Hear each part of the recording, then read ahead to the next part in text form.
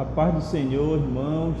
Hoje nós iremos aqui falar mais uma aula da escola dominical. Só um minuto. Ei, você começou a gravação. Desculpa aí, gente. Olha, esse é um exemplo de como os jovens de hoje, os adolescentes, estão conectados nos seus celulares, nas suas redes sociais. E a lição de hoje é justamente esse o ponto principal: a mídia virtual e a família.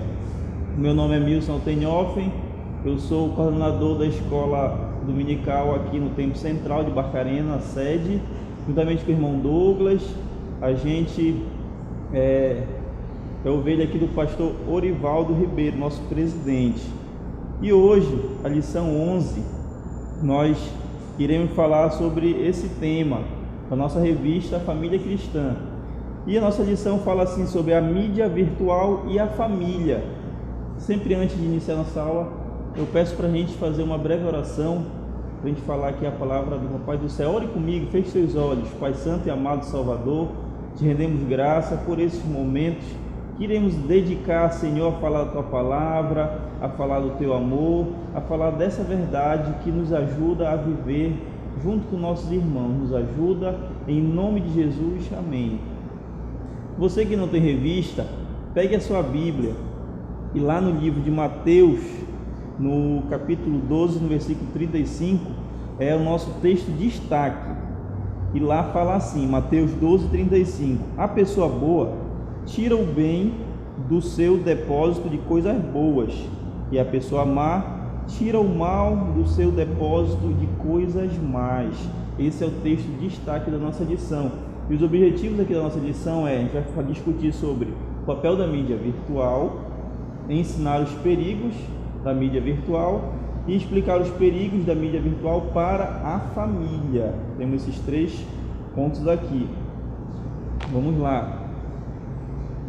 Falando primeiro do que é mídia digital, mídia virtual, o que você entende por isso? Aqui, olha, a gente entende que as mídias digitais são os meios de comunicação que a gente utiliza, os recursos eletrônicos, eletromecânicos ou digitais para levar a informação ao público. Tudo que está nesse conceito nós caracterizamos como mídias digitais. Aí nós temos televisões, rádio, smartphones, celulares, todos os meios de comunicação. Então, nós iremos falar os pontos principais aqui. A mídia virtual, ela é muito boa para a gente. Então eu posso ficar conectado direto, que nem o exemplo aqui que a gente viu no começo?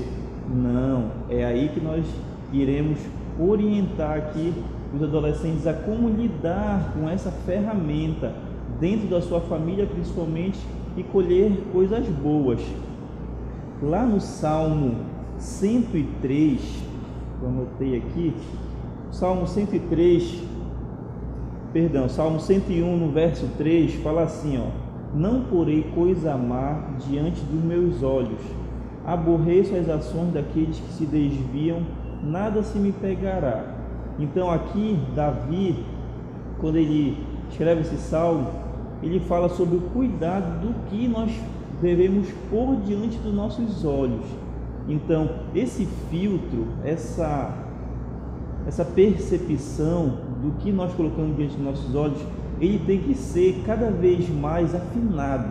Esse filtro ele tem que ser cada vez mais, assim, como posso falar para vocês, ajustado, porque a gente não tem maldade em ver algo, mas quando você passa a ver algo com frequência, você passa a ser quase que dominado por aquilo que você está fazendo, você está participando de uma rede social. Nós temos exemplos clássicos, que é o que a gente mais vê que o pessoal acessa muito: Facebook, WhatsApp, YouTube, agora o Instagram. Essas são as redes sociais que eu acho que estão assim mais no ápice dos seus acessos, porque através delas nós podemos ter tantas coisas boas quanto coisas ruins.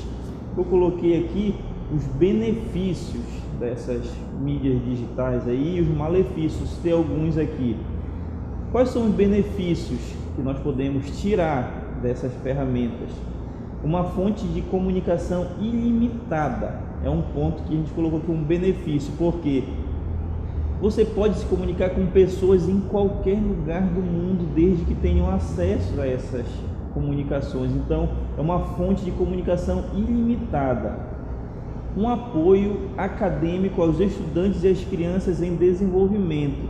Através da internet, das redes sociais, os estudantes podem fazer as suas tarefas.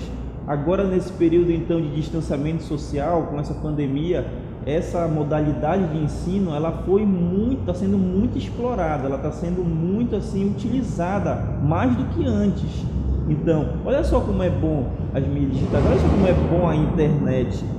Então, para o apoio acadêmico aos estudantes e as crianças em desenvolvimento, porque o pai e a mãe, se ele for lá pesquisar na internet, tem muita coisa ali valiosa no que compete aos ensinamentos à criança, atividades, brincadeiras, tem entretenimentos, várias coisas que dar ideia para o pai e a mãe, junto ali com a sua criança, desenvolvê-la. A parte pedagógica, a parte de coordenação motora, a parte da alfabetização. Então a internet ela tem muita coisa boa. Outro aspecto bom, outro benefício, ela trabalha os aspectos comportamentais, como a timidez.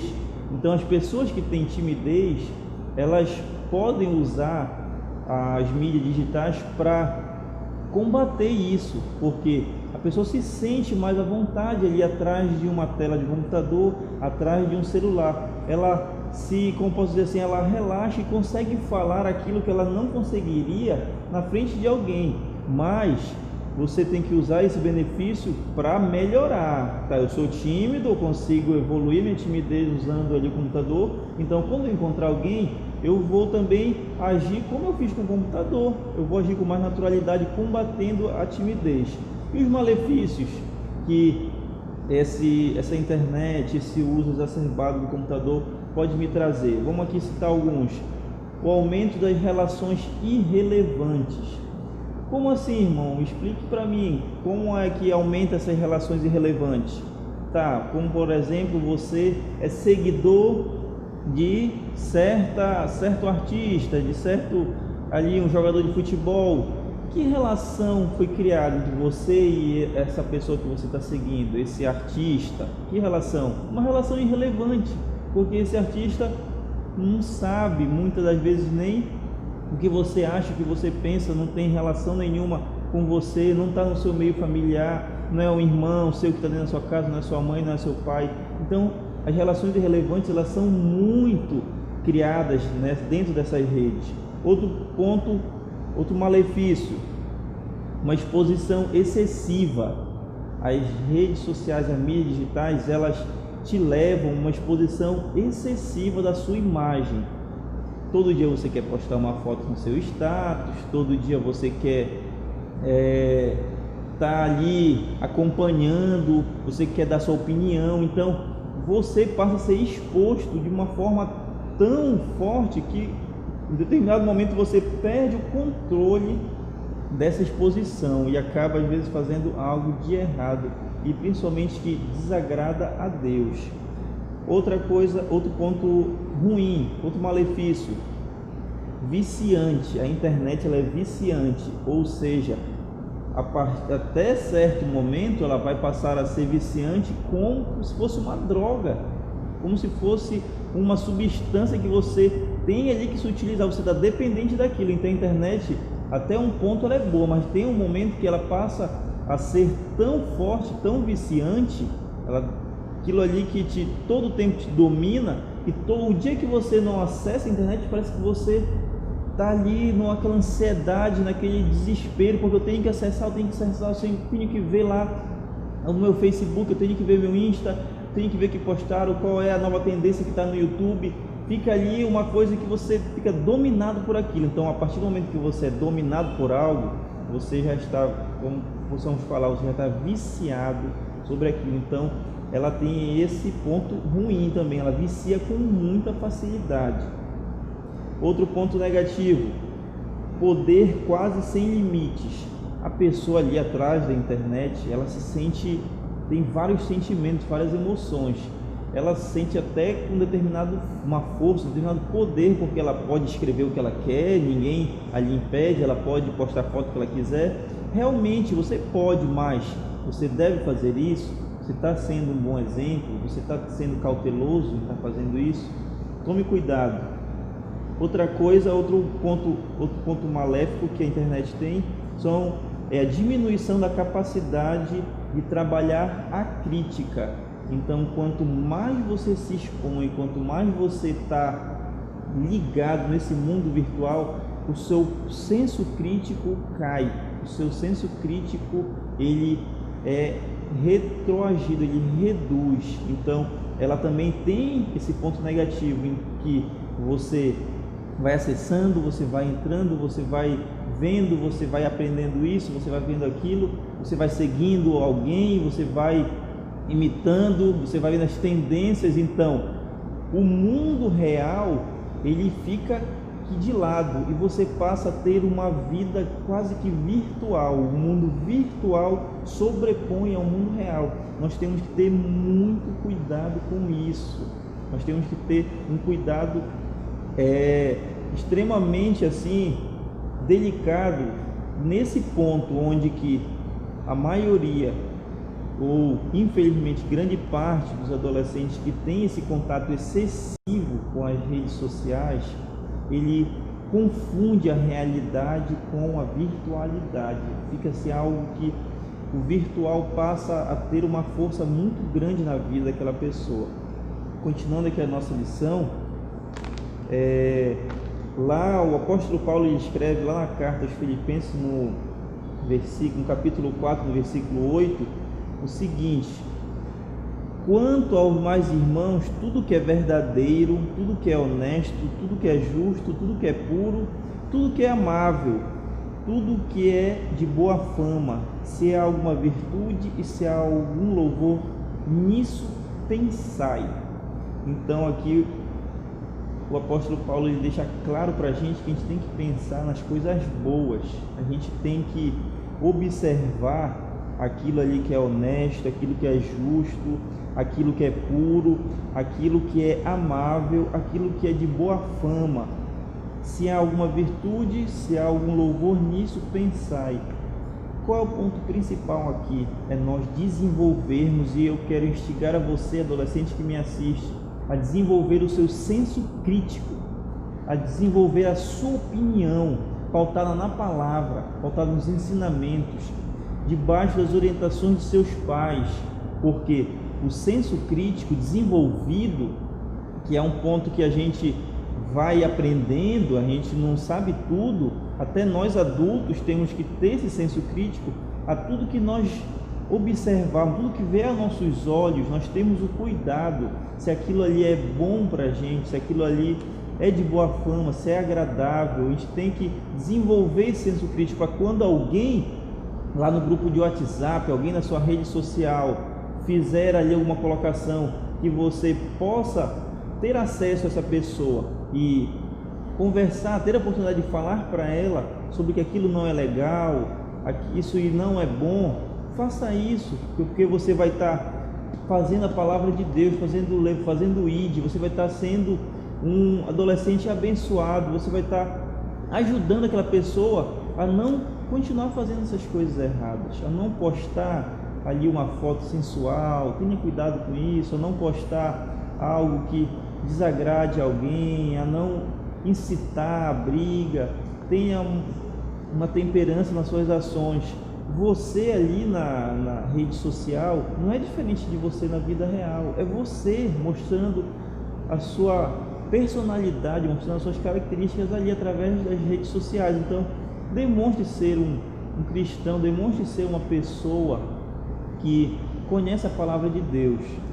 Continuando a nossa lição, conectar ou não se conectar, eis a questão: é pecado ter Face? É pecado eu usar o WhatsApp? É pecado eu usar o Instagram? É pecado eu ficar vendo vídeo no YouTube? Não é pecado usar as redes sociais. É pecado eu ver um filme, assistir televisão, eu ter o Netflix lá na minha Smart TV? Não é pecado. O que é pecado é você ser dominado por essas redes sociais, onde que você não tem mais controle sobre si.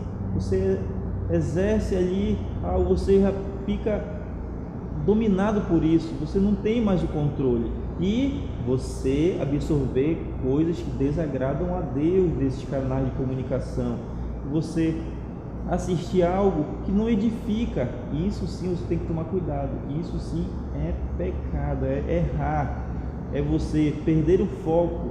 Será que se Jesus estivesse do seu lado, você convidaria ele para assistir esse filme que você está pensando em assistir? Será que ele ia se agradar das imagens que aparecem ali? Será que a sua alma, o seu corpo, a sua mente, ela se alimentaria de coisas boas do que você vê nas redes sociais, do que você compartilha nas redes sociais? É nesse ponto que a gente quer deixar você bem atento para essa autocrítica, de você fazer esse filtro de tudo que você vê, mas retenha o que é bom. Então, conectar ou não se conectar, essa é a questão. Você pode se conectar, mas com moderação, com cuidado. Não sei se alguém já falou para você, mas a inteligência artificial que hoje já nós vivemos, que já é criada, ela vai moldando os perfis de acesso. De acordo com o que você acessa, essa inteligência artificial por trás ali dos sites, ele vai moldando o seu perfil.